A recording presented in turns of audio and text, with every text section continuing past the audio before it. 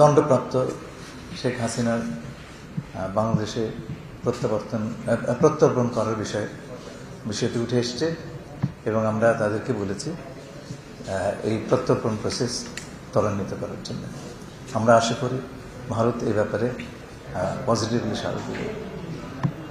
এছাড়া শহীদ হাদির সাসপেক্টেড হত্যাকারীরা আপনারা জানেন ধরা পড়েছে। আমরা ভারত যে সমস্ত কাগজপত্র চেয়েছিল সবকিছু তাদের দিয়েছে। এই বিষয়টা এসছে আমাদের জন্য, এটা অত্যন্ত একটা সেন্সিটিভ বিষয় এবং আমরা বলেছি এই হত্যাকারীদেরকে যত দ্রুত সম্ভব আমাদের কাছে প্রত্যর্পণ করে।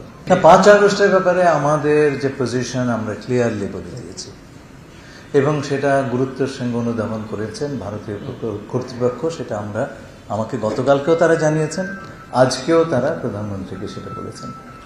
স্যার, দুঃখ প্রকাশ করেছেন, এই ধরনের কিছু কোনো শব্দ উল্লেখ করেছেন? তারা দুঃখিত 5 আগস্ট কাণ্ডে যেটা ঘটেছে, শেখ হাসিনা যেটা ঘটিয়েছেন, যেটা হয়েছে। না দেখুন, এখানে দুঃখ প্রকাশের ব্যাপার নয় তো। আপনার একটা জিনিস ভালো করে বুঝতে হবে কি হয়েছে জিনিসটা। একটা রাষ্ট্রের 3টা স্তম্ভ থাকে: নির্বাহী, আইন প্রণয়ন এবং বিচার বিভাগ, এক্সিকিউটিভ, লেজিসলেটিভ এন্ড জুডিশিয়ারি। দণ্ডপ্রাপ্ত হাসিনা তার জায়গা হচ্ছে জুডিশিয়ারি। বাংলাদেশের একটা কম্পিটেন্ট কোর্ট তার বিচার করেছে, তাকে দণ্ড দিয়েছে।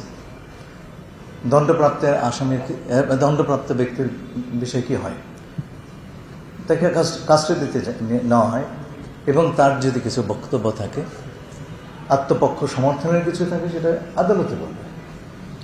তো 5 তারিখে হাসিনা যে কাজটি করেছে সেটা হচ্ছে বাংলাদেশের জুডিশিয়ারি রাষ্ট্রের একটি স্তম্ভ, তার প্রতি বৃদ্ধাঙ্গুষ্ঠে দেখিয়েছে এবং সেই কাজটি ভারত সরকার করতে দিয়েছে।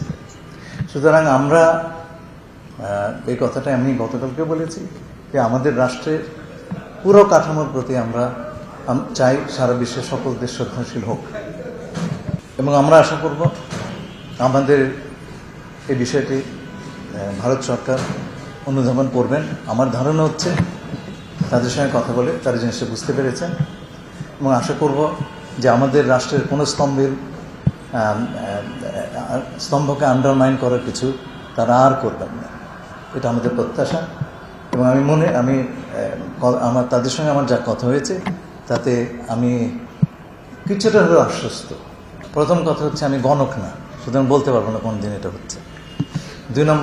2 নম্বর জিনিসটা হচ্ছে যে মাননীয় প্রধানমন্ত্রীকে ব্রিক্সে দেওয়া হয়নি, দেওয়া হয়েছে চেয়ারপারসন অফ ব্রিক্স, বিমস্টেক। এই পার্থক্যটা আপনারা বুঝবার চেষ্টা করেন। এর আগে ভারতীয় প্রধানমন্ত্রী মিস্টার নরেন্দ্র মোদী আমাদের মাননীয় প্রধানমন্ত্রীকে একটা চিঠি লিখেছিলেন এবং সেই চিঠিটি আমাদের সরকার গঠনের দিন হস্তান্তর করা হয়েছিল। সেখানে তিনি আমন্ত্রণ জানিয়েছেন। 3 তারিখ ঠিক হয়নি, কিন্তু আমন্ত্রণ একটা আছে সেখানে, সেটা আমরা দেখব কখন। গতকালকে আমাকে উনি কষ্ট করে বলেছেন, আমার সঙ্গে আলাপ হলো তো, যে উনি বলেছেন যে উনি বিষয়টা বুঝতে পেরেছেন এবং আমরা কোন দৃষ্টিকোণ থেকে বিষয়টা বলেছি, আমাদের প্রেস স্টেটমেন্টে দিয়েছি, সেটা তারা বুঝতে পেরেছে।